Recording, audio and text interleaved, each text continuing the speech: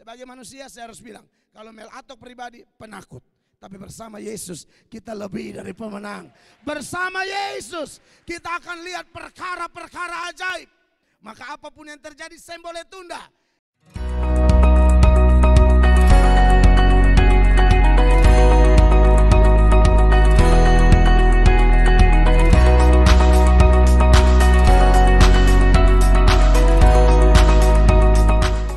Sekali lagi dong tepuk tangan yang paling meriah bagi Tuhan kita, Raja di atas segala raja.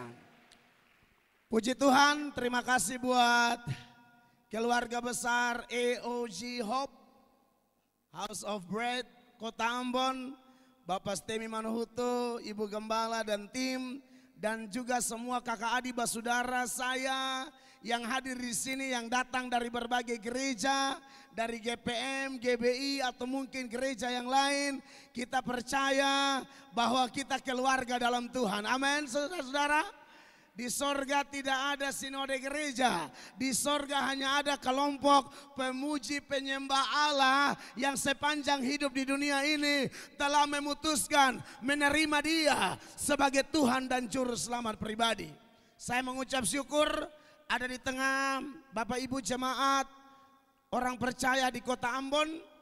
Saya bersama istri hadir di sini karena waktu Tuhan, rencana Tuhan yang begitu luar biasa.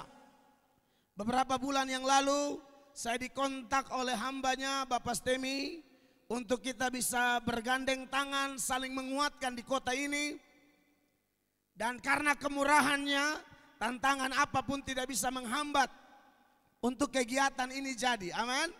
Tadi Bapak Stemi sudah berbagi sedikit tentang penerbangan yang hampir cancel, tapi sungguh luar biasa. Tuhan begitu baik. Waktu ditanyai apa tema untuk hari Jumat 22 April, saya langsung kirim buat Pak Stemi, temanya seng boleh tunda. Jadi tadi malam itu waktu pesawat mau tunda, saya ingat ini tema. Pokoknya apapun terjadi saya boleh tunda. Saya tidak ngerti kenapa saya kirim kasih Pak Stemi atau panitia tema tersebut. Dan ternyata Tuhan bikin satu cerita dan memang Dia sutradara agung. Amin. Skenarionya selalu yang terbaik, selalu ada cerita, selalu ada kisah, dan di balik setiap cerita yang Tuhan buat selalu ada pesan-pesan yang menguatkan iman kita, pesan-pesan yang membuat kita berkata, Dia Allah tidak pernah gagal, Dia tidak pernah berubah, Dia Allah yang hebat. Amin. Penerbangan terakhir itu jam 3:30 sore. Ya, Lion yang saya mau tumpangi itu, saudara-saudara. Itu penerbangan terakhir. Tidak mungkin lagi ada penerbangan dari Kupang ke luar Kupang sejak Corona. 2:30 selesai. Tiba-tiba pesawatnya bermasalah. Lalu katanya mau datangkan pesawat dari Surabaya. Tunggu hampir 2 jam, mereka bilang pesawat dari Surabaya juga tidak jadi. Tapi sedang dikerjakan pesawat yang ini. Katanya rusak apanya begitu. Ya mungkin tidak seluruh navigasinya, tapi pokoknya bermasalah dan pilotnya tidak mau ambil resiko untuk terbang. Lalu ahlinya datang untuk memperbaiki, lalu mereka bilang begini, oke, yang mau terbang, terbang, yang tidak. Pesawat sudah ready 70%. Siapa mau terbang? Maksudnya pembahasannya itu, saudara-saudara, membuat orang pikiran, jangankan 70%, lu bilang ready 95% pun orang mulai pikir cicilan segala macam. Orang pikir istri, anak, semua tidak mau berangkat. Lalu saya panggil istri saya bilang kita tidak usah terpengaruh, buka handphone masing-masing, baca Alkitab. Di bandara nih, sambil call sama Pak Stemi. Saya bilang buka Alkitab, baca. Jadi semua sudah ribut, bertengkar, gila-gilaan di bandara. Karena banyak acara orang cancel semua. Yang buat saya lebih terpukul lagi, yang membuat saya lebih ini harus fokus sama Tuhan. dengar berita-berita kayak begini, kalau kita telinga tipis ya, tidak dekat sama Tuhan, tidak andalkan Tuhan, kita ciut, kita patah semangat, kita tidak akan lihat mujizat, kita tidak akan lihat berkat. Semua marah-marah tuh. Mau yang Kristennya, non-Kristennya, semua sudah bersatu untuk komplain, marah besar kepada pihak maskapai yang berkaitan. Saya dan istri baca Alkitab, kita dua berdoa. Saya minta Pastemi berdoa, tapi Pastemi memang luar biasa ini saudara satu nih. Pastemi ini pesawat cancel, ini tidak ada penerbangan lagi. Sampai Ambon katanya. Wow, Pastemi dengan imam sampai Ambon. Ini sudah video, ini ruangan lagi. Saya darah Yesus berkuasa. Ini kalau tidak datang nih bagaimana begitu kan? Tapi secara manusia tidak mungkin terbang gitu Pak. Jadi akhirnya kita terbang jam 9 malam. Orang tidak mau ambil resiko. Semua minta uang kembali, tunda penerbangan, tidak ada yang mau terbang. Saya ngomong sama istri, tutup telinga, masuk pesawat. Ada saudara-saudara saya yang Salam Pak Sekot, silakan. Saudara-saudara saya yang beragama Muslim, mereka juga tanya, Pak, Bapak terbang ya? Saya bilang terbang. Teman-teman yang Kristen juga bilang, Bapak terbang.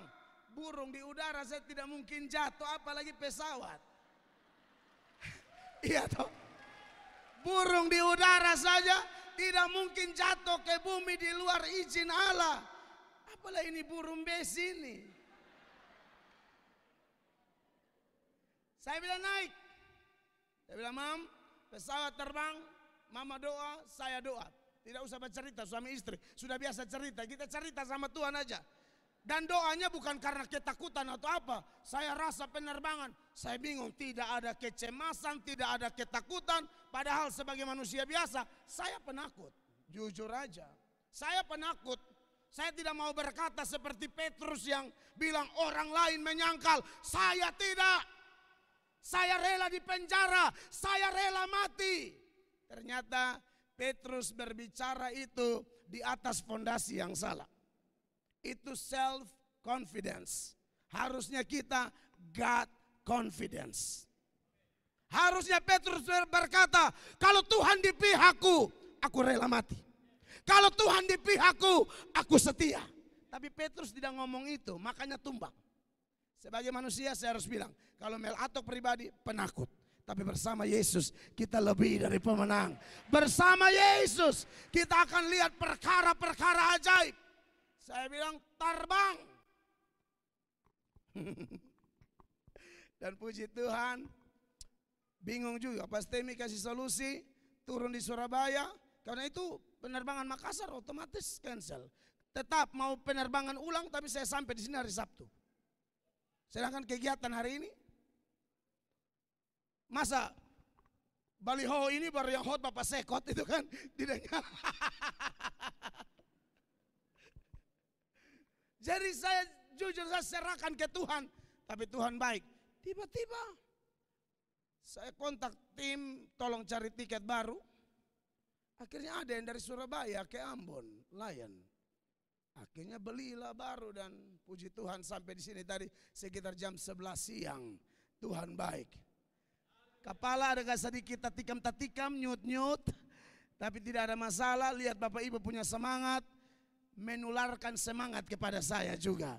Dan kita saling menularkan semangat malam ini, amin. Haleluya. Baik puji Tuhan saudara-saudara, itu kisah di balik tema Sembole Tunda. Maka apapun yang terjadi Sembole Tunda.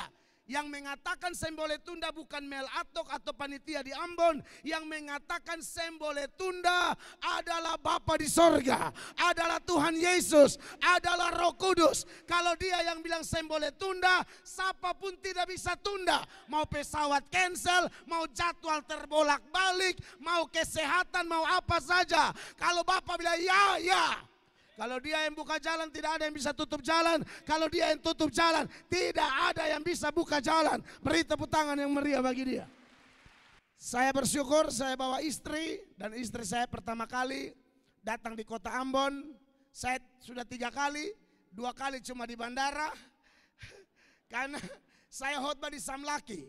Teman saya pendeta GBI di Samlaki undang saya khotbah KKR Natal dan beberapa dan KKR yang lain. Maka saya di bandara saja. Tapi hari ini bisa masuk jalan-jalan di kota Ambon. Dan besok lagi saya akan Pardidu. Karena minggu baru khotbah tuh. Pardidu pergi ke tempat-tempat terbaik video khotbah. Haleluya. Hamba Tuhan begitu, harus jemput bola. Jangan tunggu orang undang. Bikin jadwal sendiri. Oh iya dong. Haleluya. Nah, saudara-saudara, saya dan istri senang ada di sini. Kami menggembalakan satu gereja di Kota Kupang. Bapak Sekda tahu persis. Kami teman baik dari Kupang, beliau anak Ambon asli yang mengabdi di Kupang dan berdampak besar. Dan saya berdoa beliau ada di Kota Ambon memberi dampak yang sama di tempat di mana orang Kupang bilang ari-ari tanam di sini. Kalau ari-ari tanam di sini harus buat yang terbaik buat kota ini, Pak. Jadi beliau salah satu pendukung pelayanan saya juga, ada waktu di Kupang sampai hari ini. Tahu saya hadir, beliau sempatkan waktu untuk hadir karena kita memang kayak kakak adik, sahabat juga. Menggembalakan satu gereja di Kota Ambon, di Kota Kupang. Assembly of God juga, GSJA, Amazing Grace. Itu gereja kami tulis di depan, bengkel orang berdosa. Karena bagi saya gereja bukan kumpulan malaikat. Gereja kumpulan orang-orang kotor yang menerima Yesus. Dia menjadi ciptaan baru. Lalu dari waktu ke waktu dia dibentuk, dibaharui. Semakin hari semakin serupa dengan gambaran Tuhan Yesus Kristus. Dan pada harinya sangkakala berbunyi, rapture, gereja diangkat, kita masuk dalam perkawinan anak domba Allah yang luar biasa. Makanya di gereja itu, di gereja tempat saya menggembalakan, Kupang juga kota kecil. Jadi kalau masuk ke gereja itu satu batau satu. Su di sini. Batau ini galap gulita semua nih. Mulai dari pendetanya dahulu. Pendetanya mantan dunia persilatan. Pendekar yang diubah jadi pendeta. Jadi memang Tuhan taruh itu di hati untuk saya tulis itu. Dan respon orang-orang saudara saya di Kota Kupang itu luar biasa. Dan saya, pola pelayanan saya, walaupun kami GSJA, tapi selalu kami pegang, ku tak pandang dari gereja mana. Asal kau saudara, asal kau berdiri atas firman-Nya, aku berdiri atas firman-Nya, kaulah saudaraku, kaulah saudariku. Kita keluarga kerajaan Allah. Makanya kadang orang Katolik undang, kadang orang Gemit kayak di sini GPM, kadang dari gereja lain hantam saja. Yang penting kita tidak omong buku yang lain. Kita bicara Alkitab, kita bicara isi hati Tuhan. Kami dikaruniakan 4 orang anak. Haleluya. Dari pacaran kita sudah berdoa. Saya rencana berapa nih? Rencana berapa? Nah itu bilang dari papa sah. Haleluya.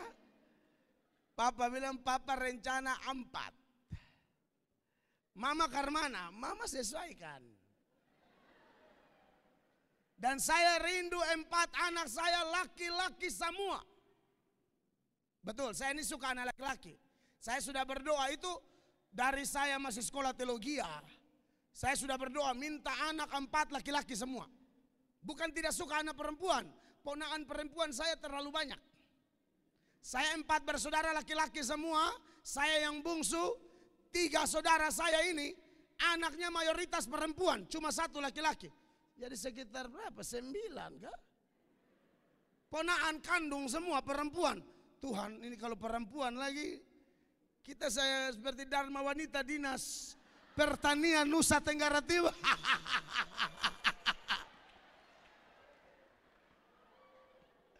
Haleluya. Jadi jujur saya berdoa mati-matian. Minta laki-laki, minta laki-laki. Akhirnya anak saya sudah 4 orang. Karena kemurahan Allah, laki-laki semua. Tapi saya mau kasih tahu, itu bukan karena saya jago berdoa, bukan. Itu memang rencana Bapa di sorga, itu. Tidak boleh ada orang, itu doa saya paling hebat, omong kosong. Itu Tuhan yang baik, bukan kau yang hebat, amin. Lalu kami memberikan nama anak kami adopsi gaya orang Yahudi. Orang Yahudi itu kasih nama anak selalu ada hubungannya dengan Allah. Artinya itu selalu hubungan dengan Allah. Daniel Allah hakimku, Yehezkiel Allah kekuatanku. Bahkan Ismael itu dari Shema dan El, bahasa Ibrani Allah mendengarkanku. Ya. Jadi saya kasih nama anak harus ada arti begitu, harus ada hubungan dengan Tuhan Allah. Dan harus unik, lain daripada yang lain, tidak boleh ada di Indonesia tercinta ini. Sembole ada, sembole. Saudara cari nama kayak anak saya, di Ambon saya yakin di seluruh tanah Maluku tercinta ini, tidak ada. Karena nama anak saya sepakat sama istri dan istri setuju. Nama anak kami seturut urutan abjad.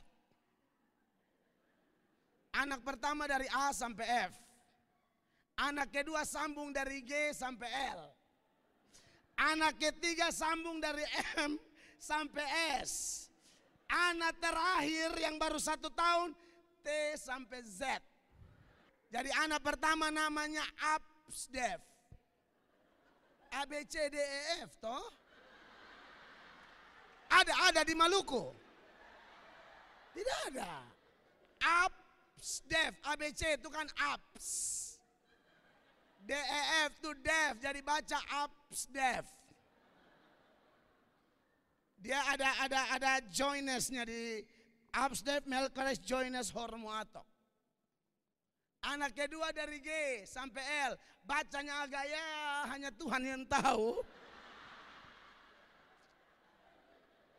Itu butuh iman, doa puasa dan penyerahan diri. Anak kedua dari G sampai L, bacanya Gitskel. Gitskel Melkreis Michael Hormuatok. Lalu anak ketiga MNOPQRS. Bacanya Mnopkies. Serius, anak sudah jadi semua. Anak ketiga Mnopkies. Nopkris, Melkris, apalah.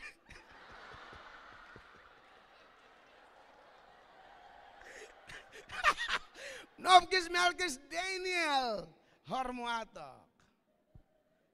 Yang keempat T sampai Z, Tufwexis. Sudah selesai. Tufwexis, Melkris, Samuel Hormuatok. Absdev itu artinya anak berkat, cinta, damai, empati, firman.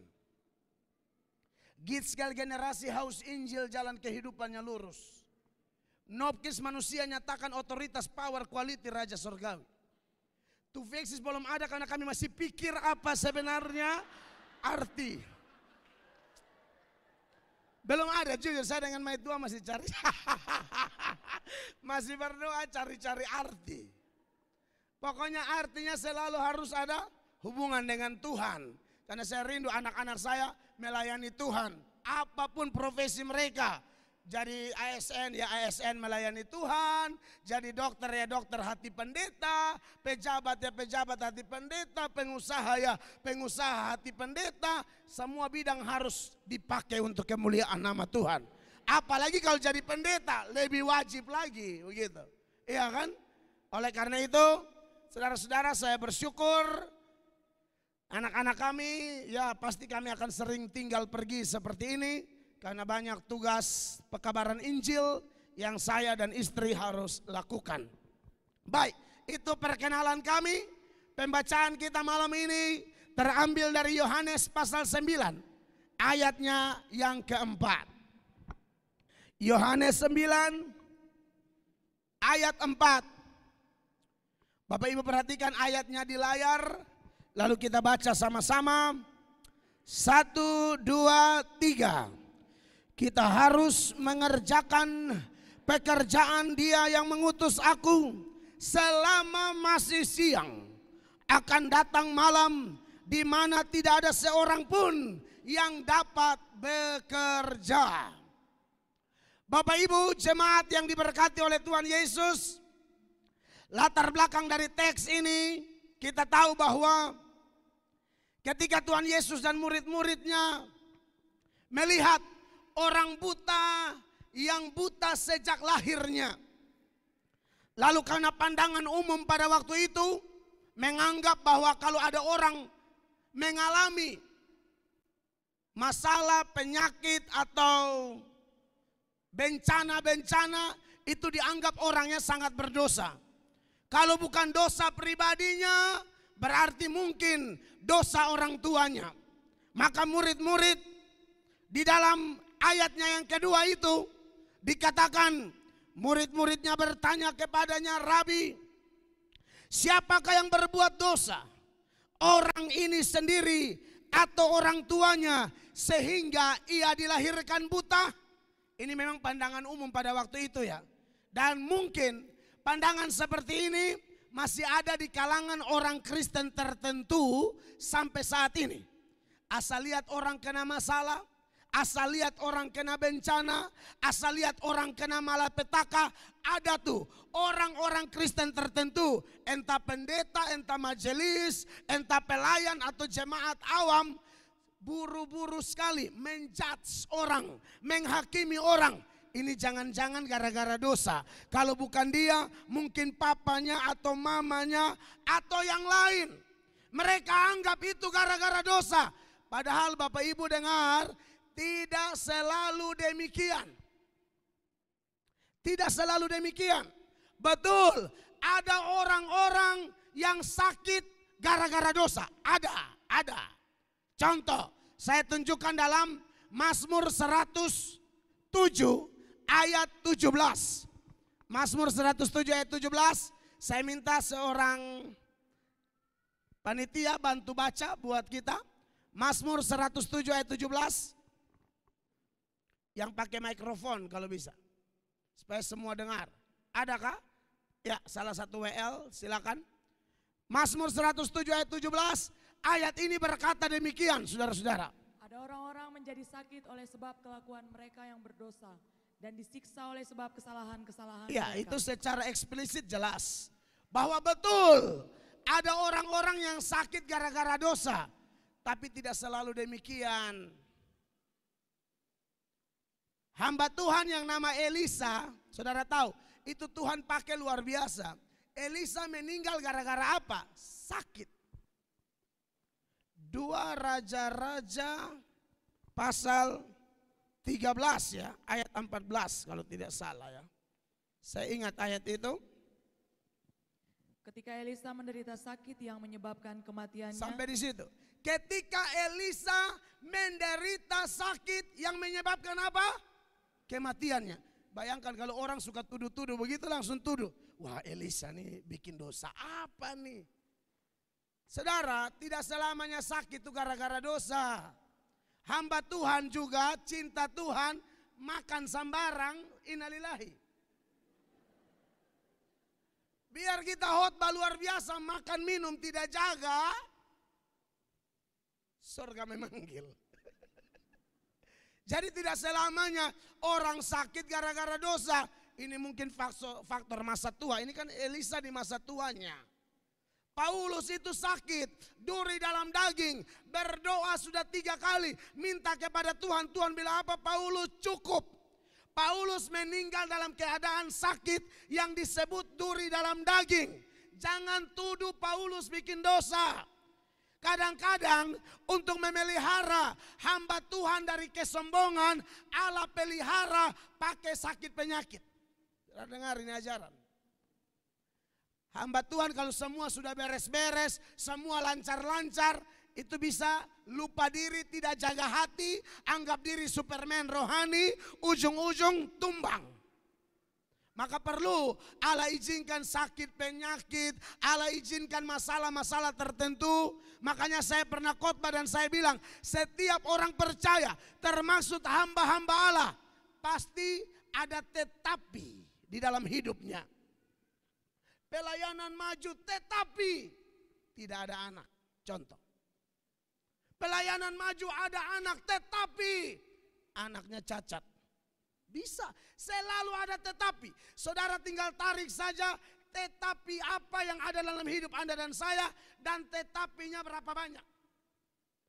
Hitung sendiri, tapi saya mau kasih tahu, entah tetapinya berapa banyak, tapi tidak ada tetapi yang kebetulan di hidup kita. Semua tetapi ditempatkan oleh Allah begitu rupa, sehingga kita selalu bergantung kepada Dia, selalu mencari Dia, selalu mengandalkan Dia. Maka perlu ada tetapi di hidup Anda dan saya. Orang ini buta sejak lahir. Maka murid-murid berkesimpulan demikian. Tapi Yesus bilang tidak. Bukan karena dosa orang tuanya, bukan karena dosanya. Tapi di ayatnya yang ketiga dari pembacaan kita dikatakan, jawab Yesus, bukan dia dan bukan juga orang tuanya. Tetapi karena pekerjaan-pekerjaan Allah harus dinyatakan di dalam dia. Kalau tetapi yang ini tetapi yang luar biasa nih. Di balik sakit penyakit, tantangan, persoalan, tetapi Allah punya rencana yang besar. Tetapi mujizat mau dinyatakan. Tetapi pekerjaan Allah akan dahsyat luar biasa melalui orang ini. Jadi tetapi itu luar biasa sebenarnya. Naaman itu hebat luar biasa. Tetapi ia kusta. Gara-gara tetapi itu dia cari Elisa, dia cari Tuhan sampai dapat mujizat. Jadi diberkatilah Anda yang tetapi mu lebih dari satu. Oh benar, benar saudara-saudara. Saya kalau mau cerita tetapi saya dan istri pada saat ini banyak banget. Tuhan izinkan khotbah di mana-mana. Tetapi kadang-kadang bangun pagi, buka WhatsApp, langsung orang maki, pendeta bodoh. Wow. Pendeta itu harus biasa dihina supaya kuat. Benar. Pendeta harus biasa dihina supaya rendah hati. Kalau pendeta terlalu dipuji terus, makam puji, ini bahaya. Serius saya ngomong. Makanya Paus yang sekarang itu dia bilang mau uji kerendahan hati seseorang, mau uji seseorang itu benar-benar hati hamba atau tidak, izinkan dirimu dihina orang lain. Kalau dulu kalau belum bertobat, apalagi orang Maluku, orang NTT, darah tinggi, otak salep, odoh itu bawaannya langsung mau bakalai, bapuku, segala macam. Tapi sudah dalam Yesus, haleluya. Lu maki beta, beta doa lu. Amin. Dan itu membuat kita lebih luar biasa.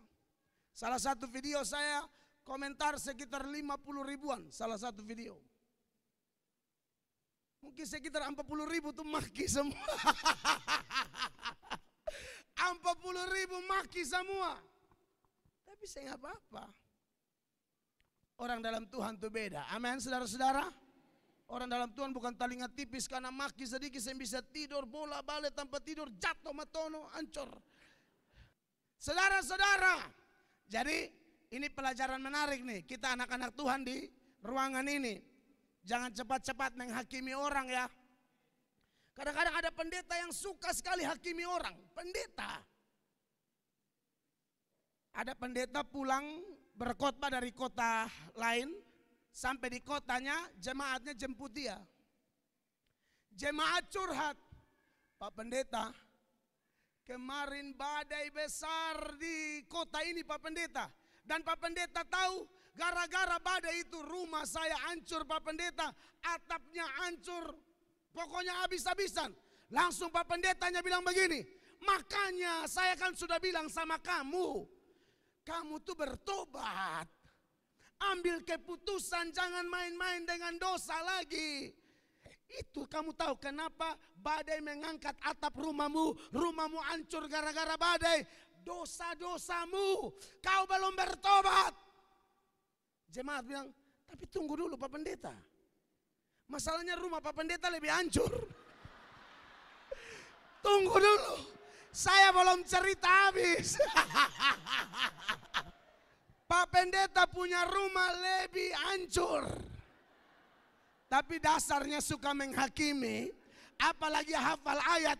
Pendetanya masuk dengan enak saja. Oh, itu tuh Roma 8 ayat 28. Allah turut bekerja dalam segala perkara mendatangkan kebaikan. Bayangkan, kalau jemaat kena masalah langsung dosa.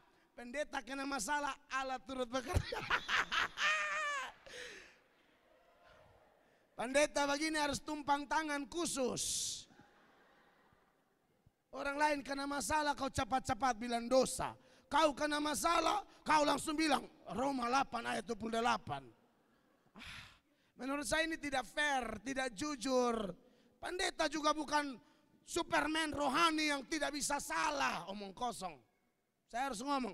Jadi kalau Anda cari di mana ya gereja yang gembalanya, pendetanya sempurna di atas.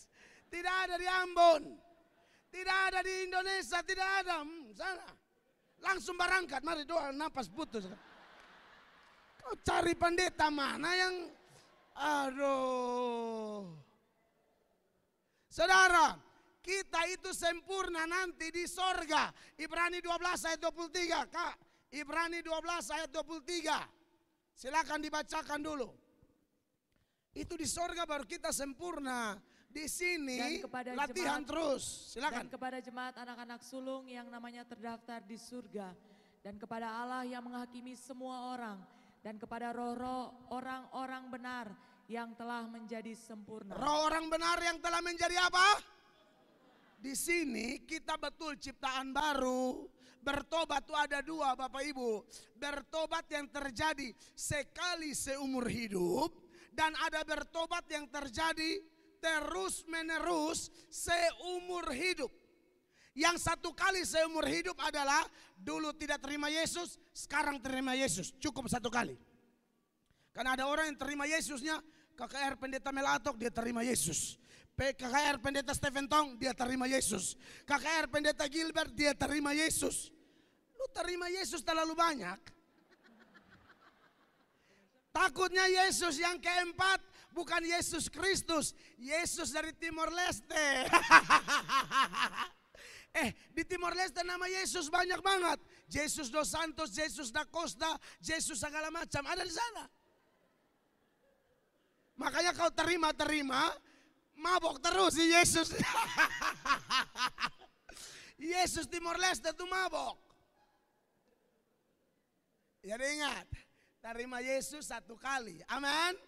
Cukup. Saya punya pengalaman terima Yesus itu bulan Mei 1999. Saya sudah Kristen tapi tidak pernah terima Yesus. Kristen KTP, Kristen agamawi, Kristen keturunan, Kristen tidak mengalami Roh Kudus itu kayak apa tidak tahu. Lagu rohani saya hafal tapi tidak bertobat. Asal ada orang mati, apalagi di NTT, di Kota Kupang, selalu menyanyi lagu rohani. Tapi itu cap tikus atau sopi itu jalan keliling. Baru menyanyi, haleluya.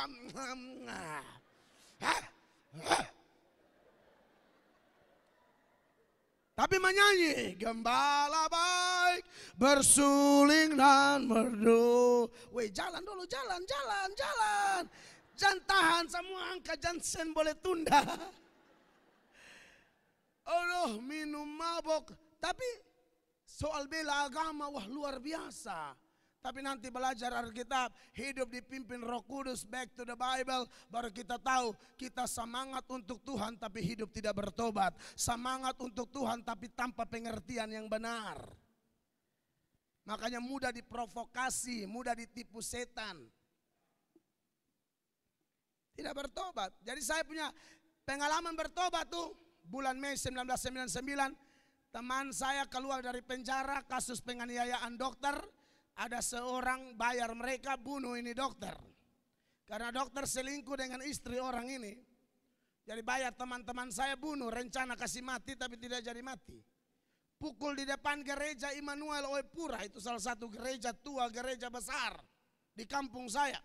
Aniaya sampai hampir memati. Akhirnya masuk penjara, bertobat di penjara. Keluar dia injili orang di gang-gang, di jalan-jalan. Satu kali dia datang penginjilan. Saya sementara merokok, saya duduk di paling belakang. Teman-teman saya dengar dia serius. Itu KKR tanpa panitia, tanpa doa pembukaan. Pokoknya datang langsung khotbah. Oh, saya diberkati luar biasa. Saya tahu background sahabat saya ini. Dia preman, dia nakal luar biasa. Tapi kok bisa dia diubahkan Allah menjadi penginjil. Walaupun tidak sekolah teologi, tapi semangat penginjilan. Seperti Petrus dan Yohanes yang orang bilang mereka tidak terpelajar. Tapi dari mana itu kata-kata? Yesus pernah berjanji, kalau engkau berhadapan dengan orang, jangan takut mau ngomong apa. Roh Bapamu akan bantu kau untuk bicara. Mereka bicara dan di situ dari 30-an atau 40-an anak satu-satu pergi. Tinggal saya sendiri. Di situ saya berderai air mata. Saya tidak bisa tahan itu kasih karunia. Saya tidak bisa tahan itu jamahan. Kasihnya yang kudus, tangan yang berlubang paku itu menemukan anak jalanan ini melalui penginjil yang adalah mantan narapidana. Tuhan bisa pakai siapa saja. Amin. Bahkan ketika manusia tidak mau lagi Tuhan pakai, dengar. Yang antar roti dan daging untuk Elias apa? Burung gagak. Yunus lari dari pelayanan, siapa yang telan? Ikan. Bukan ikan paus, tidak ada ikan paus di Alkitab. Baca Alkitab, ikan besar. Jangan buat kesimpulan sedikit, periksa Alkitab itu. Ikan besar di laut bukan cuma paus. Paus itu kerongkongan kecil, susah telan orang. Hiu putih mungkin. Karena hiu putih tahun 96, pernah orang ketemu di dalam hiu putih itu ada sapi. Sapi saya ditelan apalagi orang. Ya, jadi kalau paus besar, kecil kemungkinan. Karena kerongkongannya kecil, dia tidak bisa telan manusia. Jadi kalau manusia tidak mau, Allah bisa pakai binatang. Amin. Bayangkan kalau tidak ada yang mau singer lagi, lalu yang singer di kambing semua. Siapa mau tahan? Hah? Kalau tidak ada lagi yang mau pegang kamera, Tuhan pakai unta. Saya yakin Allah bisa melakukan itu. Amin. Dia masuk Yerusalem, semua orang berteriak, taruh daun palem, kain-kain, dia menunggangi keledai muda, lalu semua berteriak Hosana, Hosana bagi anak Daud, diberkati dia yang datang dalam nama Tuhan. Lalu orang-orang bilang apa? Suruh mereka diam. Yesus bilang mereka diam, batu-batu berteriak. Makanya manusia kalau Tuhan mau pakai, jangan bakincang. Jangan batingkah. Amin. Saya diinjili dan saya bertobat. Lalu setelah bertobat yang satu kali seumur hidup itu, kita harus mengalami pertobatan terus menerus. Bertobat dari apa? Karakter, sifat, mulut yang ngomong masih ibu-ibu yang Yesus baik. Apalagi ibu-ibu di Maluku, sadis. Ibu-ibu di Ambon kalau Roh Kudus belum jama, ke dalam tangannya kuserahkan nyawanya. Tapi kalau Tuhan sudah jama, oh haleluya.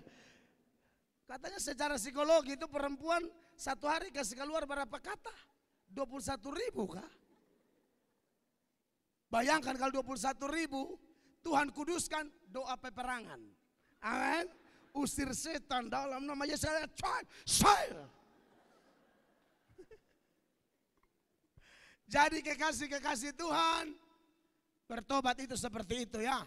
Ada yang terjadi sekali seumur hidup, ada yang terjadi terus menerus seumur hidup. Dan KKR kita seperti ini, ketika firman Allah disampaikan, sebenarnya ini cara Tuhan membaharui kita terus menerus.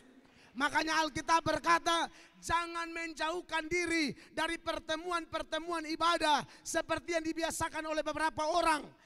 Melainkan mari kita semakin giat melakukannya menjelang hari Tuhan yang mendekat.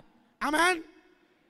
Nah saudara, berkaitan dengan tema kita dan nats kita, sembole tunda. Ayat kita bilang apa? Kita harus mengerjakan pekerjaan Dia yang mengutus aku. Ini adalah keharusan. Hal pertama, saya menekankan tentang keharusan bekerja untuk Tuhan. Saudara, itu tidak ada tawar-menawar. Tuhan memang menuntut semua orang Kristen dari gereja manapun, kita harus bekerja untuk Tuhan. Apapun profesi kita. Saya ketika Pastor meminta ayat, saya bilang tempelkan Kolose 3 ayat 23. Apapun juga yang kita lakukan, harus lakukan semuanya untuk Tuhan.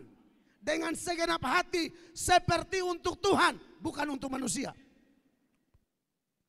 Berarti saudara-saudara, ini memang adalah satu rumus hukum baku yang tidak bisa ditawar-tawar. Satu bukti bahwa Tuhan tidak mau orang tawar-menawar seputaran melayani Tuhan. Di Hakim-Hakim pasal 5 ayat 23, itu satu kota seluruh penduduknya dikutuk oleh Tuhan, oleh malaikat Tuhan. Kotanya bernama kota Meros. Kenapa satu kota dikutuk oleh Tuhan? Kota itu tidak ada yang mau melayani Tuhan, tidak ada yang mau bantu Tuhan. Tuhan bilang kutuk mereka semua. Perhatikan ayat ini. Kutukilah kota Meros, firman malaikat Tuhan. Kutukilah habis-habisan penduduknya, karena mereka tidak datang membantu Tuhan sebagai pahlawan. Kenapa penduduk kota Meros dikutuki Allah?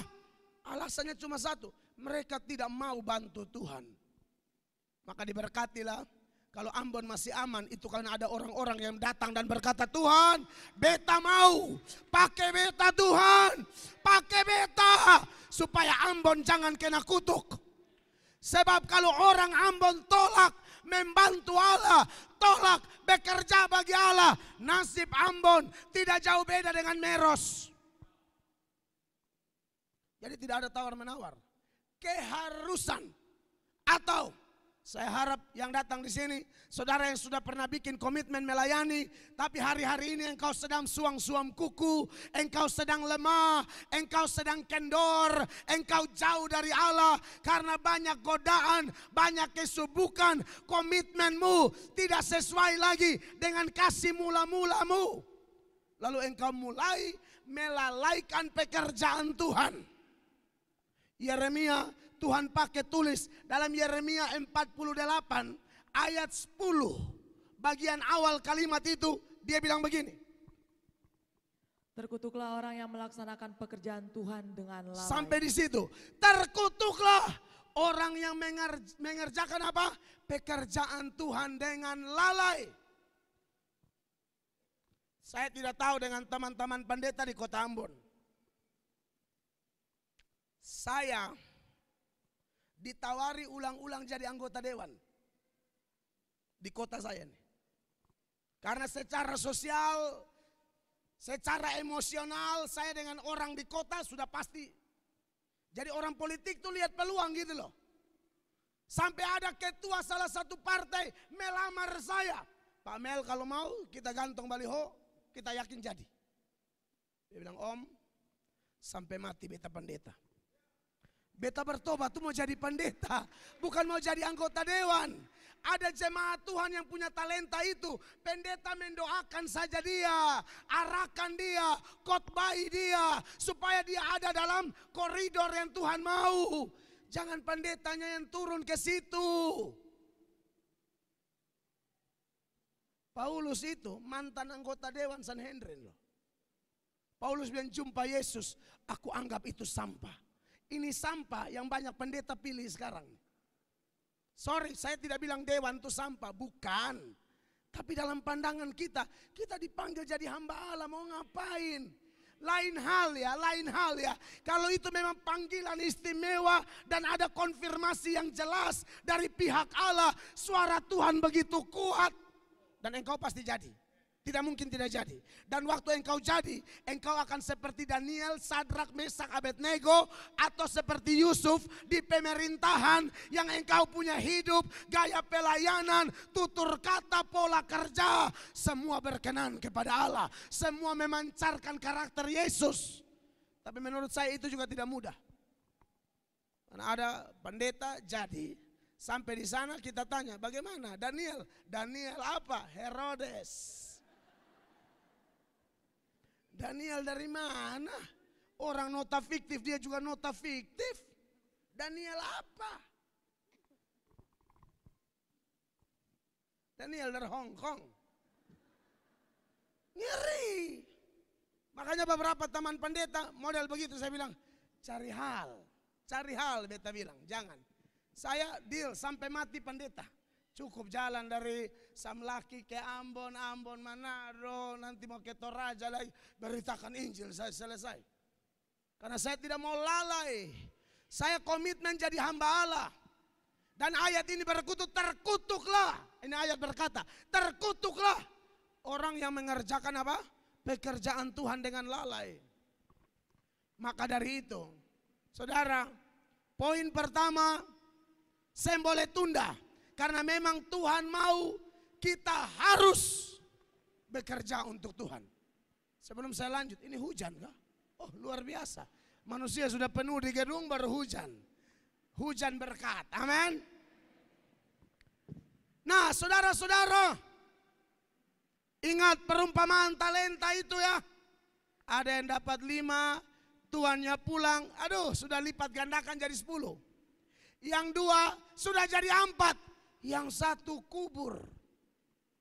Sudah kubur lagi. Tidak buat apa-apa. Tapi komentarnya, omongannya, protesnya luar biasa. Ada orang tuh jenis begitu. Kerja dikit, ngomongnya gede. Ngomongnya banyak. Hasil 0. Kayak saudara, 1 talenta tuh bukan sedikit. 1 talenta tuh banyak loh. 1 talenta tuh 6.000 dinar loh. Sebenarnya 1 talenta itu banyak. Tapi mungkin terlalu lihat ke orang lain. Cari kesalahan orang. Akhirnya talentanya tidak digali. Talentanya tidak dilipat gandakan. Talentanya tidak dipakai. Malah hanya menang di apa? Protes, protes, protes, protes. Dan akhirnya apa saudara? Tuhan tidak mau tahu. Pokoknya saya sudah kasih kau talenta. Kamu harus pakai untuk kemuliaan nama Tuhan. Tapi dia tidak melakukannya. Apa kata Tuhan kepada dia yang menguburkan talenta? Matius 25 ayat 26. Firman Allah berkata demikian. Matius 25 ayat 26. Maka jawab tuannya itu, hai kamu hamba yang jahat dan malas. Jadi kamu sudah tahu bahwa aku menuai di tempat di mana aku tidak menabur dan memungut dari tempat di mana aku tidak menanam. Orang yang tidak melayani, yang tidak bekerja untuk Tuhan, diwakilkan oleh orang ini. Tuhan bilang apa? Kau jahat, kau malas. Dan itu dosa besar. Hamba Tuhan tidak boleh malas. Kau jahat, kau malas. Tidak cukup itu. Ayat 30. 30-nya. Jahat, malas, lalu 30 bilang apa? Dan campakkanlah hamba yang tidak berguna itu ke dalam kegelapan yang paling gelap. Di sanalah akan terdapat ratap dan kertak gigi. Hidup tidak ada guna. Jahat, malas, tidak berguna. Saudara lihat, keharusan bekerja untuk Tuhan. Dan semua orang Kristen di ruangan ini saya mau kasih tahu Anda. Tidak ada orang Kristen yang tidak punya talenta. Saya yakin saudara dan saya semua punya talenta. Apa definisi talenta? Talenta itu definisinya begini, Bapak Ibu. Definisi secara alkitabiah. Talenta adalah segala sesuatu yang Allah berikan kepada kita harus kita pakai kembali untuk kemuliaan nama Tuhan. Segala sesuatu loh ya. Ayub bilang apa? Aku datang dengan telanjang, aku kembali dengan telanjang. Lahir tidak bawa apa-apa, nanti meninggal tidak bawa apa-apa. Kalau kita punya apa-apa, itu harus dipakai untuk kemuliaan nama Tuhan. Kecantikan itu talenta, ketampanan itu talenta, kepintaran itu talenta, pangkat kedudukan itu talenta, kekayaan itu talenta, pengaruh itu talenta, kesempatan itu talenta, bisa nyanyi, bisa khotbah, bisa main musik dan lain sebagainya. Pokoknya semua yang bukan Anda punya tapi ternyata Anda miliki sekarang, itu talenta tuh. Pakai kembali untuk kemuliaan nama Tuhan. Amin, saudara. Saya punya pelayanan di Kupang sebelum corona, dan sekarang corona mulai menurun. Kami akan lakukan lagi, yaitu road gang to gang. Road gang to gang, keliling dari gang-gang untuk bikin KKR. Kami punya alat apa adanya, sudah pas. Orang jual obat di pasar, omong kosong aja orang kerumun. Pakai ini bulu panjang, tahu-tahu pakai tidak panjang-panjang. Itu bulu. Orang kerumun. Apalagi sambung mikrofon, berteriak, serukan pertobatan. Orang pasti ngumpul lah. Orang ngumpul. Nah, saya kalau mau pelayanan begitu, saya hubungi yang paling pengaruh di situ. Memang preman, memang nakal. Tapi itu kalau dia bilang A. Dia bilang angka parang. Tapi kalau dia bilang angka salon. Nah, kita masa lalu pernah berkenal. Saya datang, saya bilang, kakak, beta mau KKR di ini gang. Misalnya kampungnya nama Oepura, bikin Oepura bermasmur. Naikolan bermasmur. Apalagi Nunhila bermasmur, Fatu Feto bermasmur, Oebobo bermasmur. Itu nama-nama kelurahan. Itu dulu heboh, itu pengkhotbahnya saya. Itu bukan orang undang, kita yang harus bikin kegiatan. Dan saudara tahu, yang paling pengaruh, yang miring-miring semua, saya tidak tahu. Ini Bapak Ibu setuju atau tidak? Kadang-kadang preman bisa lebih sehati daripada pendeta. Sorry ya, ini Bapak pendeta ada nih. Kadang-kadang preman bisa lebih unity, bisa kerjasama, bisa berkeringat bersama daripada pendeta. Kalau ada pendeta begitu di Ambon, mari doa pelepasan. Saudara, kalau pendeta tidak bisa unity, pendeta tidak bisa kerjasama, bagaimana kita mau jarak jiwa? Preman kompak banget, kerja tidak hitung-hitungan, angkat kursi bikin ini itu semua. Aduh, kayak sepenuh hati gitu loh. Kita pendeta satu lihat satu buang muka. Saya takutnya buang begini, malaikat bilang tetap dalam posisi itu. Bengkok.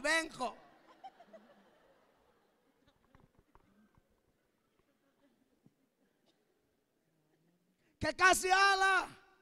Dan saya lihat itu dampak besar. Dan mayoritas jemaat, sebagian besar jemaat yang memenuhi tempat ibadah kami sekarang, itu dari hasil-hasil keliling itu. Mereka dijamah oleh Tuhan pemberitaan firman Allah. Mereka datang, saya tahu mereka masih punya kekurangan. Saya kasih pelayanan aja. Berjalan sambil tahir. Kalau tunggu orang semua jadi malaikat baru pelayanan, tidak bisa. Mau datang nanti baru firman Allah yang hantam kau di situ, gampang. Gampang itu beta punya urusan. Lu masuk aja. Baru beta yang hantam, gampang. Iya toh? Makanya luar biasa. Ada satu datang mengaku begini begitu, masa lalu begini begitu. Saya sudah datang. Jangan terlalu lapar, tersungkur di kaki Tuhan, doakan. Ada ibadah tertentu tuh saya suruh jemaat semua berlutut. Doa jamaah satu-satu. Biar Tuhan perbaiki lu. Saya tidak bisa perbaiki kau. Mana ada pendeta bisa rubah orang. Paulus bilang beta tanam, Apolos siram, pertumbuhan siapa? Allah. Pendeta punya urusan tanam sungguh-sungguh, siram sungguh-sungguh, khotbah sungguh-sungguh, jangkau jiwa sungguh-sungguh. Allah yang sempurnakan. Tidak ada pendeta bisa rubah orang, tidak ada, saya tidak percaya. Supaya jangan ada pendeta terima kemuliaan. Segala kemuliaan bagi Tuhan Yesus. Yang pertama, harus kerja bagi Tuhan. Tidak boleh tunda. Jangan pakai alasan macam-macam. Sebelum dia datang dia berkata, kamu malas, kamu jahat, kamu tidak berguna. Malaikat kasih masuk neraka. Kau pikir neraka ini api lilin kah? Lilin saja kau sorong tangan 5 detik, darah Yesus berkuasa. Api neraka tuh kekal selama-lamanya. Kalau namanya kekal berarti nggak ada matinya. Seng ada mati. Saya tinggal di Tanjung Priok. Satu gadis putus cinta. Ya, lebih tepatnya dia dihamili orang atau bagaimana? Angkat minyak tanah, siram diri, bakar diri, langsung petek di kepala begini. Korek api, cek. Mungkin tidak sampai berapa menit orang kasih mati, tapi itu muka rusak luar biasa. Apalagi neraka. Makanya orang kalau main-main dengan neraka tuh saya bingung. Dia bilang bikin dosa banyak-banyak saja. Supaya Tuhan marah sekali. Tuhan angkat kita, putar kita. Karena Tuhan terlalu marah, mau lempar ke neraka terlalu kuat, lari lewat jatuh di sorga. Kurang ajar, kurang ajar. Mana ada Tuhan bisa salah lempar. Bilang bikin dosa supaya Tuhan emosi, dia putar lempar ke neraka terlalu kuat. Jatuh di sorga. Tuhan saya mungkin meleset kalau buang orang ke neraka. Jadi kekasih-kekasih Tuhan, kita harus bekerja untuk Tuhan. Amin.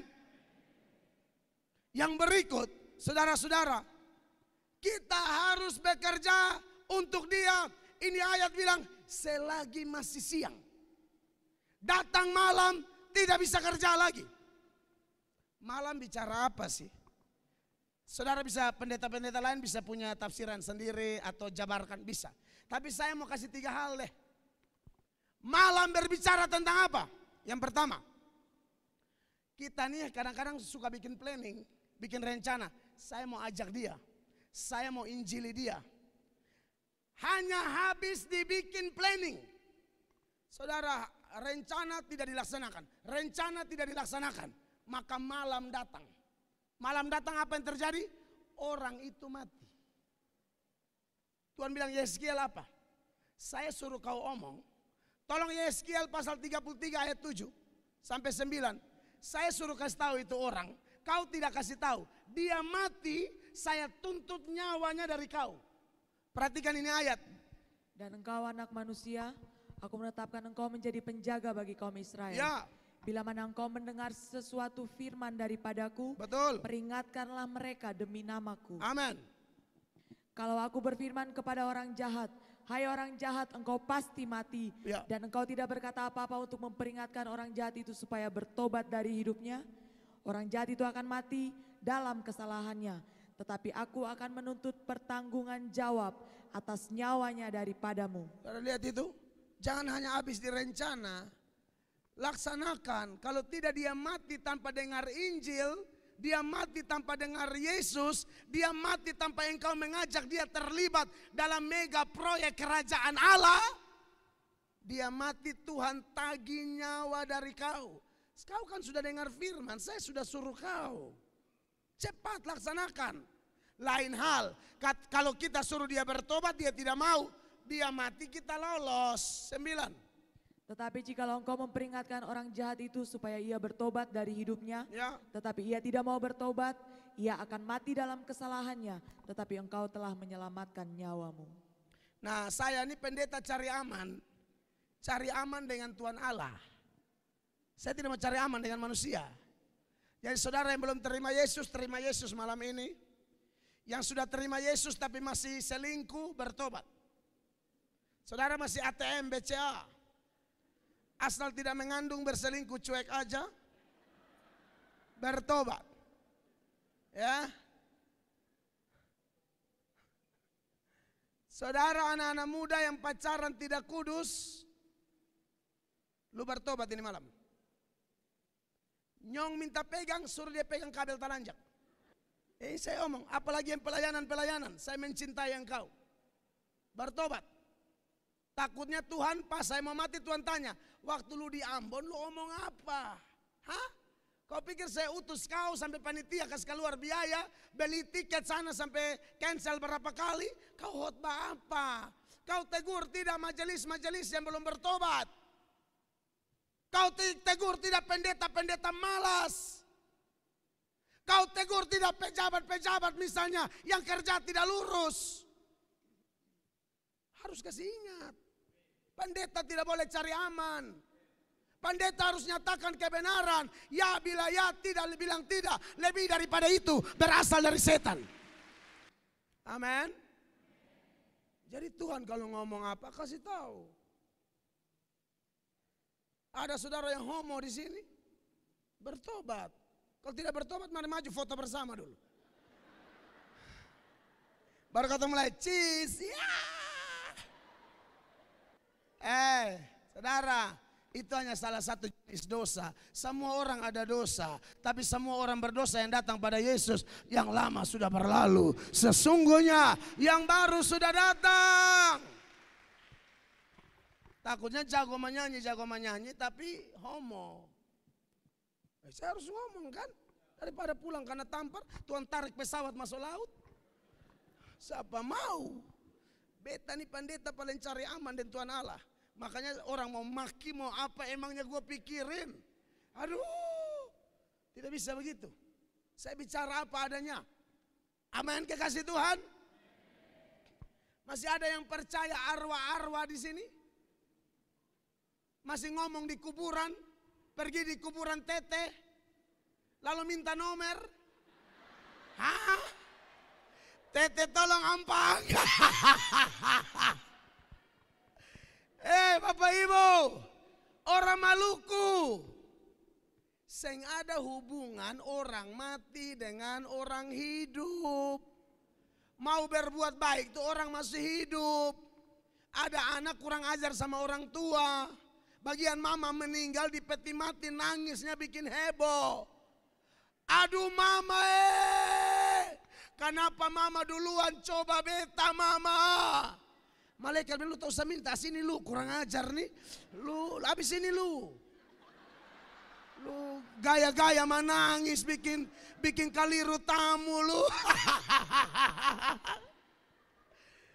Kamu punya gara-gara mama hati bangka mati.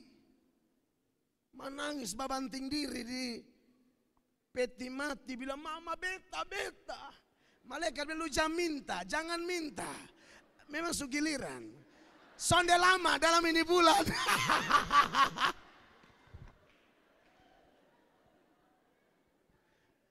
Anak-anak Maluku, anak-anak Ambon, orang tua masih hidup, buat yang terbaik bagi mereka. Almarhum pendeta Yakob Nahuai pernah bilang begini, pergi ke rumah orang tua dengan tangan kosong dan pergi bawa pisang satu sisir, pesannya beda. Tapi orang tua jangan tangan kosong, sudah tangan kosong pinjam uang lagi. Anak kurang ajar, buat apa saja lu menikah, sudah jadi PNS, pergi ke orang tua leher miring. Mama ada kok. Mama bilang, lu ini memang iblis. Orang sudah kerja tuh bantu orang tua, bukan begini terus. Amin. Kekasih Tuhan, cepat. Saya tidak mau malam sampai kepada Anda. Makanya saya bilang lebih baik buat keputusan. Amin. Bertobat, datang pada Tuhan. Tuhan sanggup menolongmu. Tidak ada yang mustahil bagi Allah. Yang kedua, malam bicara apa? Dengar. Tadi kalau malam kita buang-buang waktu, tunda-tunda, alasan terlalu banyak, alasan ini, alasan itu. Kita tidak ajak orang, tidak jangkau orang, apalagi keluarga kita. Minimal kita mendoakanlah. Kami pendeta GSA itu diwajibkan. Pendeta 1 hari doa 1 jam, jemaat 30 menit. Dan kita tidak mungkin kehabisan bahan doa. Oh, tidak mungkin. Doa jemaat satu-satu nih. Saya tidak mungkin kehabisan beban doa. Doa terus bikin jadwal. Doa buat siapa, beban apa, siapa yang sakit. Itu tugas pendeta. Saya tidak percaya penginjilan bisa maju hanya karena khotbah. Alkitab bilang apa? Tuayan banyak, pekerja sedikit. Karena itu mintalah, kata minta itu doa. Pekerjaan misi dimulai dari doa. Pendeta kalau tidak suka berdoa, saya tidak mengerti ini pendeta apa. Jemaat juga harus kuat dalam doa. Supaya jangan jatuh dalam pencobaan. Malam bisa bicara, orang yang kita mau layani tidak sempat dia meninggal. Tapi yang kedua, malam juga berbicara, kitanya yang mati sebelum melayani. Amin. Itu menghadap tahta pengadilan, lu mau omong apa? Mati gara-gara apa? Duduk-duduk pohon tendes. Mati tidak ada guna. Anak Tuhan tuh hidup bagi Kristus, mati keuntungan. Amin. Hidup dan mati kita untuk Allah. Tolong Roma 14 ayat 7 dan 8. Ayat 7 bilang begini. Roma 14 ayat 7 dan 8. Sebab tidak ada seorang pun di antara kita yang hidup untuk dirinya sendiri. Ya, tidak boleh. Dan tidak ada seorang pun yang mati untuk dirinya sendiri. Lalu hidup dan mati kita untuk siapa? Sebab jika kita hidup untuk Tuhan. Amin. Dan jika kita mati untuk Tuhan. Amin. Jadi baik hidup atau mati, kita adalah milik Tuhan. Sebelum nomor urut kita tiba, sebelum nomor antrian mati kita tiba, tapi cepat serahkan diri. Cepat melayani Tuhan, Bapak Ibu. Jangan tunda-tunda, saya boleh tunda. Anda tidak tahu kapan Anda mati. Saya punya teman lagi sukses-suksesnya. Saya ajak bertobat, tidak mau. Baru start mobil, serangan jantung, jatuh di setir, bel panjang. Orang pikir dia bel orang, ada tempel di klakson. Orang bilang kenapa bel bunyi panjang? Serangan jantung, napas putus, nomor antrian sudah tiba. Saudara, kita tidak bisa menambah sehasta pun pada langkah hidup kita. Ada cerita klasik dari Baghdad, Irak. Seorang tuan suruh hambanya pergi ke pasar untuk beli sesuatu. Waktu di pasar, ini cerita klasik di Irak. Waktu sampai di pasar, dia ketemu siapa? Malaikat pencabut nyawa. Malaikat maut. Waktu dia lihat malaikat pencabut nyawa itu, dia takut luar biasa. Karena malaikat memanggil-manggil dia, melambai-lambaikan tangan. Mari, mari. Dia lari. Dia pulang kasih tahu tuannya, Tuan, saya ke pasar, Tuhan suruh saya ke pasar. Tapi saya ketemu malaikat maut. Panggil-panggil saya, Tuan. Dia mau cabut nyawa saya. Tuhan tolong kasih saya 1 ekor kuda. Saya mau lari. Tuannya bilang, kau mau lari ke mana? Saya mau lari ke kota Samara. Kota apa? Samara di Irak sana. Tidak percaya ke Irak dan tanya sendiri. Ada yang menatap saya ini benar atau tidak? Berangkat Irak sekarang. Saudara, tuannya penasaran, tuannya pergi ke pasar. masih ada, malaikat maut. Waktu lihat malaikat maut, sedikit gugup, sedikit ketakutan. Tapi tuannya mendekati dan bertanya kepada malaikat maut. Malaikat maut, tadi anak buah saya ketakutan, katanya malaikat maut mau cabut nyawanya ya. Malaikat maut bilang, oh yang tadi lari terbirit-birit. Iya, ini peristiwanya siang. Begini, saya tuh panggil dia mau tanya, lu buat apa di pasar? Karena menurut buku Al-Hayat, daftar nama orang-orang yang harus mati, dia harus mati malam ini di kota Samara. Dia lari kemana? Dia pikir dia lari menghindari kematian. Salah, dia lari jemput kematian. Kematian tidak bisa ditawar. Makanya tadi malam orang semua gugup. Saya tarik istri, naik.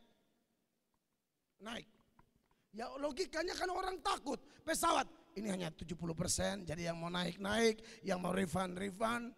Saya bilang naik, ini teman-teman di Ambon sudah siap, ini naik. Tuhan punya rencana, mati. Sorry, saya bukan cari mati. Tapi di situ seperti saya ingat 12 pengintai yang diutus, Yosua dan Kaleb saja yang ngomong positif. Yang lain semua bilang bahaya, bahaya. Cuaca goyang, goyang. Bahaya, bahaya. Saya istri baca Alkitab, doa, bulat hati, naik. Semua tengah ngelihat saya naik. Saya naik. Akhirnya beberapa karena lihat saya naik, ikut naik juga. Bagian saya ke toilet di pesawat tadi malam, saya korek dia, ikut juga. Iya, aman. Takut sekali. Amin. Saudara, kita pasti meninggal tapi tidak tahu kapan. Kita tidak bisa menghindari kematian. Kalau sudah jatuh tempo, selesai. Saya bisa tunda. Jadwal kematian tidak bisa tunda. Oleh karena itu, Bapak Ibu jemaat yang diberkati oleh Tuhan Yesus Kristus, siapapun Anda dan saya, sebelum hari itu tiba, engkau masih hela napas yang dari Tuhan cuma-cuma toh bikin keputusan. Yang sudah bikin keputusan tapi engkau sedang suam-suam, malam ini bangkit. Jangan main-main. Ingat, hamba Tuhan Sapa tidak pernah gagal. Nuh pernah gagal, Abraham pernah gagal, Yakub pernah gagal, Petrus pernah gagal, Yunus pernah gagal. Bisa tidak Tuhan ganti orang? Sangat bisa. Tapi Allah tidak mau orang lain. Allah mau pakai mereka lagi. Ada second chance yang Allah mau kasih. Jadi malam ini bagi Anda yang suam-suam selama ini, lari dari pelayanan, hidup tidak jelas, pulang, kembali, Tuhan mau pakai engkau. Kita harus bergandeng tangan bersama bagi kota Ambon. Saya boleh tunda. Yang ketiga, malam bicara apa? Malam itu bicara satu keadaan begini Bapak Ibu. Orang tidak mau lagi menerima firman Allah. Orang tidak mau lagi menerima ajaran sehat. Selamat Pak Sek. Siap. Orang tidak mau lagi menerima ajaran sehat. Saudara yang diberkati oleh Tuhan Yesus. Alkitab bilang begini. Akan ada waktu di mana orang akan buka telinga bagi dongeng dan mereka menolak kebenaran. Makanya Tuhan pakai Paulus bilang sama Timotius, mau baik atau tidak baik waktunya, beritakan firman. Karena akan datang saatnya orang tidak mau dengar firman lagi. Maka diberkatilah Bapak Ibu yang masih mau dengar firman. Tidak gampang lah orang mau duduk dengar kebenaran, itu tidak gampang. Kita ini manusia berdosa. Dan dosa itu lebih connect kepada dosa. Susah sekali orang berdosa tuh belajar diam di kaki Tuhan tuh susah. Makanya ada orang yang nonton TikTok bisa 5-6 jam. Doa baru 5 menit pingsan. Doa baru 5 menit. Oh. Kenapa? Itulah manusia berdosa. Maka dari itu saudara-saudara, selagi ada kesempatan pengajaran firman disampaikan, sampaikan sungguh-sungguh. 2 Timotius 4 mulai ayat 2 sampai ayat 4. Ayat 2 bilang begini.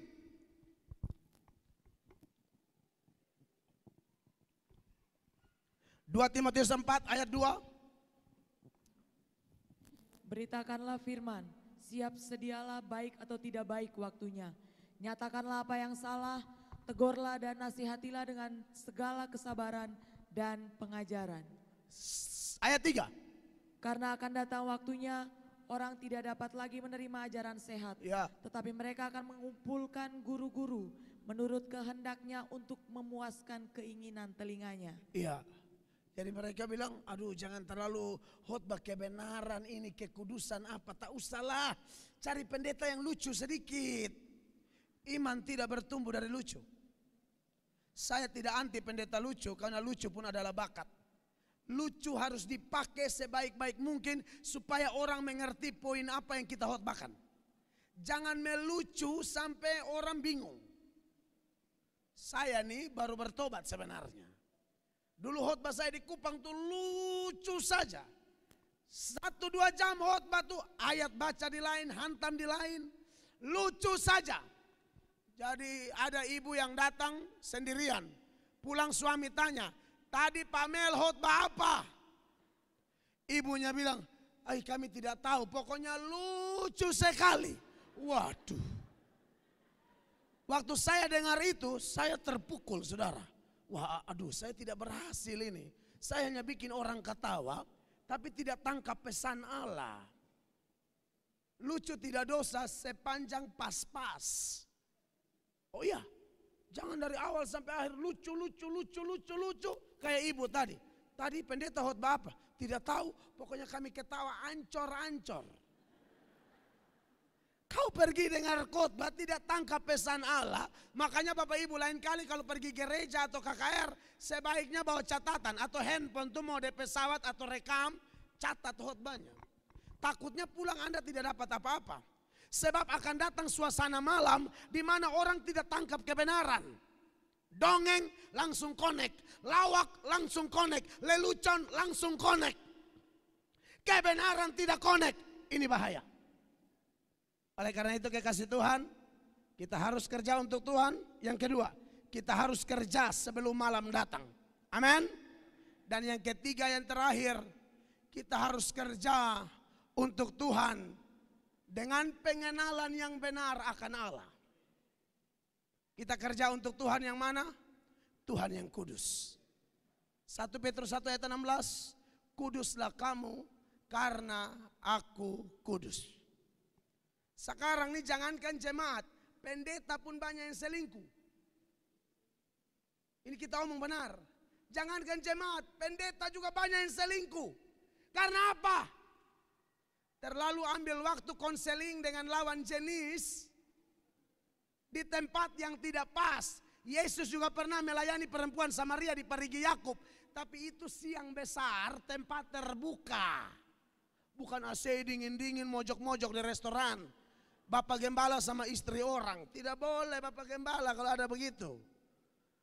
Ibu-ibu yang mau konseling sama ibu gembala. Kalau mau ketemu Bapak gembala, kau bawa lagi 1 orang, minimal 3 orang. Tidak bisa konseling berdua-berdua. Banyak, ini kita tidak usah omong jemaat. Pendeta. Asal dia lihat yang cantik, langsung mau konseling. Pendeta setan model begini. Nenek-nenek yang miring-miring dia tidak tanya beban apa. Tapi ibu-ibu make up Oriflame langsung ada masalah.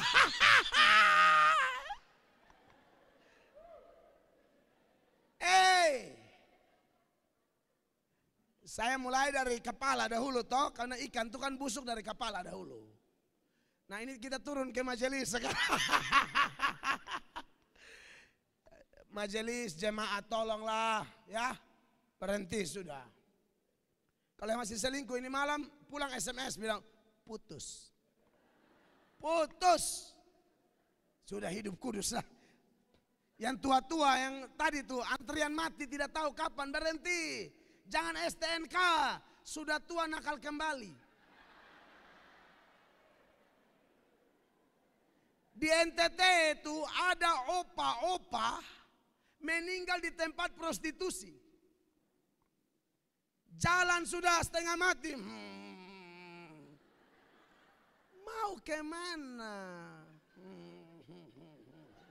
Opa, iko paduan suara. Paduan suara di lansia di gereja tuh. Sudah tua-tua overdosis obat kuat. Serius, kisah nyata. Opa-opa. Ada opa-opa begitu di sini? Mari kita selfie. Haleluya. Berhenti opa, berhenti. Stop.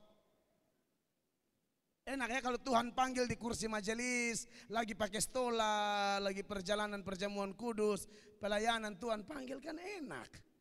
Kalau meninggal di overdosis obat kuat, nih pendeta kubur nih mau ngomong apa? Mau bilang ke surga juga tidak mungkin. Aduh saya kalau orang mati begitu jangan harap saya singgung kau di ibadah pemakaman. Jangan harap. Kau mati di tempat begitu baru pendeta bilang dia telah ke surga, tidak bisa. Aku itu pendeta di Manokwari. Orang mati mabok, gara-gara minum mabok. Pendetanya bilang apa? Bapak, kami tahu dia sudah di neraka sekarang. Mereka, saya khotbah di Manokwari bulan Februari. Injil masuk Papua kan saya KKR di Manokwari, gereja-gereja Pentakosta, saya Manokwari. Lalu teman-teman hamba Tuhan di sana bilang, Pak Mel, kami lihat Pak Mel juga berani tegur, tapi Pak Mel tidak lawan ini pendeta di Manokwari, dia lebih keras. Memangnya kenapa? Orang mati mabok Pak Mel. Dia kubur, dia bilang kami yakin dia sudah di neraka Tuhan. Kami menangis juga percuma. Sudah di neraka. Saudara, sekeras-kerasnya saya tidak mungkin omong itu, kan tidak enak. Kita kan target yang hidup, ngapain omong itu lalu jadi masalah kan. Tapi Opa mempertegas, ini Opa pendeta, Opa juga sudah mau mati juga. Pendeta sudah Opa dia masuk neraka. Pulang jemaat mau undang tidak ada urusan. Orang dia sudah neraka. Firman Allah bilang pemabok masuk neraka. Kita mau kasih alus-alus apa? Khotbah, tidak ada. Dia Tuhan yang kudus, amin. Yang kedua, dia Tuhan yang maha besar, yang merendahkan diri serendah-rendahnya. Maka wajib hukumnya orang melayani Tuhan harus rendah hati, harus hati hamba. Amin. Amsal 18 ayat 12 dan tinggi hati mendahului kehancuran, kerendahan hati mendahului kehormatan. Yesus berkata, aku datang bukan untuk dilayani, aku datang untuk melayani. Ada orang karena dia pejabat, dikasih tugas kolete, jalan kolete di gereja. Dia marah karena suami kepala dinas, istri kepala bagian atau kepala bidang di dinas masing-masing. Waktu pihak gereja kasih tugas kolete, suami istrinya marah. Hei, kalian kasih tugas tuh lihat-lihat orang dong. Masa kami berdua kolete? Dia pikir pelayanan kolete itu hina sekali. Padahal wakil gubernur NTT jalan kolete, Bupati Sumba Barat atur kursi di gereja. Saya khotbah KKR di Timor Leste, pengusaha mungkin aset miliaran, ratusan miliaran rupiah. Kami sedang makan di restoran karena mereka menjamu kami hamba-hamba Allah. Lalu mereka pamit, dua pengusaha nih di Kota Dili. Pak Pendeta kami pamit duluan. Kemana? Menurut jadwal kami berdua jadwal kasih bersih gereja di GBI Rock, Kota Dili. Kami berdua jadwal. Saya ini orang uang miliaran rupiah masih mau susun kursi, sapu, kumpul sampah. Luar biasa, rendah hati. Saudara dengar kita nih sapa. Melayani apa yang pas, lakukan dengan segenap hati. Bukan untuk manusia, tapi untuk Tuhan Allah. Dia Allah yang kudus, dia Allah yang maha besar yang merendahkan diri. Maka kita harus bekerja dengan pemahaman yang demikian. Amin. Kita bisa karena Tuhan, tidak perlu menyombongkan diri. Siapa sombong diri pasti tumbang. Ada serentetan dosa di Alkitab, dan dosa yang paling dibenci Allah salah satunya dosa kesombongan. Amin, kekasih Tuhan. Terima kasih buat saudara yang punya kekayaan, punya jabatan, tapi untuk urusan gereja saudara bilang saya hamba.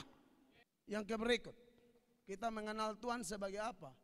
Dia Allah yang maha kuasa, amin. Melayani dengan kekuatan itu. Kita ini melayani Allah yang maha kuasa, yang berkata di dalam Matius 28 ayat 18 itu, dia bilang segala kuasa di sorga di bumi telah diberikan kepadaku. Yesus yang kita sembah itu pribadi nomor satu dunia akhirat. Segala kuasa ada di dalam dia. Setan ada kuasa, tapi Yesus maha kuasa. Setan bisa pakai cara-caranya sihir, santet, swangi. Saya ulang-ulang kena swangi, ulang-ulang. Bahkan kalau ada swangi di sini, ayo tes. Saya ulang-ulang kena santet di daerah di Alor. Ini kesaksian nyata. Itu santetnya bisa terbang loh. Swanginya bisa terbang. Di sini bilang swangi juga. Swangi bisa terbang. Katanya terbang terlalu kencang, tidak lihat tower Telkomsel. Tabrak, rubuh toh, jatuh. Swangi-swangi tapi itu tower besi baja. Saya mau khotbah, ada datang 70 swangi, sangat tersinggung dengan kehadiran saya. Saya masih usia antara 23-24 tahun. Waktu saya jadi pembicara di gereja Gemit, kayak kita GPM di sini. Jadi biasanya ada majelis tertentu tuh, tidak semua. Tersinggung sekali kalau anak di bawah umur khotbah, para mereka ini sudah tua tuh. Mereka marah, majelis berapa periode begitu. Jadi mereka tersinggung. Anak pakai bahasa Kupang, anak mulu bawa susu. Maksudnya anak mulu baru anak kecil, anak kemarin masih bawa susu. Baru lepas menyusui, sok-sok datang khotbah. Maka mereka ini majelis tapi juga swangi. Serius, kisah nyata ini Tuhan saksi. Majelis tapi swangi. 70, 69 disuruh masuk. Yang satu bikin ritual. Waktu mereka datang saja dengan penerima tamu mereka bilang Shalom. Setan sudah datang nih. Bayangkan orang tuh Shalom, Tuhan utus kami begitu. Tidak, Shalom, setan sudah datang. Mereka mengaku diri, mereka setan. Lalu apa yang terjadi? KKR tidak jalan karena satu gereja itu kacau balau, binatang-binatang penuh di gereja mulai jam 7 sampai jam 1. Binatang-binatang halus banyak banget karena yang satu yang pemimpinnya itu sedang bikin ritual di samping gereja. Maka saya khotbah hampir jam 2, jam 1 lebih, jam 2. Dalam khotbah itu saya bilang, kalau engkau santet saya masuk, lu swangi beta masuk, Tuhan Yesus omong kosong. Saya percaya dia berjanji, dia menyertai kami.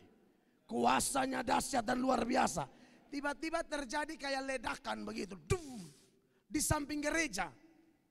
Maka dia lari. Yang 69 bingung. Pemimpinnya lari. Saya tantang bertobat. 69-nya maju. Saya suruh berlutut. Waktu jama bukan jama lagi. Saya jambak, emosi. Jujur, saya emosi loh.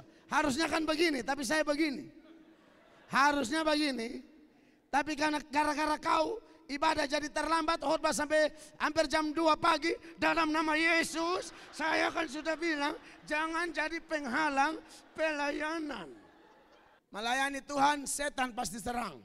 Hadapi setan, jangan takut, jangan sombong. Hadapi setan, percaya, Yesus kita maha kuasa. Amin. Maka saya percaya kita berkemenangan. Masih banyak lagi yang bisa saya jelaskan, tapi kiranya khotbah malam ini menguatkan kita semua. Dan saya percaya Tuhan yang maha kuasa, Tuhan yang sama, dia ada di sini malam ini. Beri tepuk tangan yang meriah bagi Tuhan.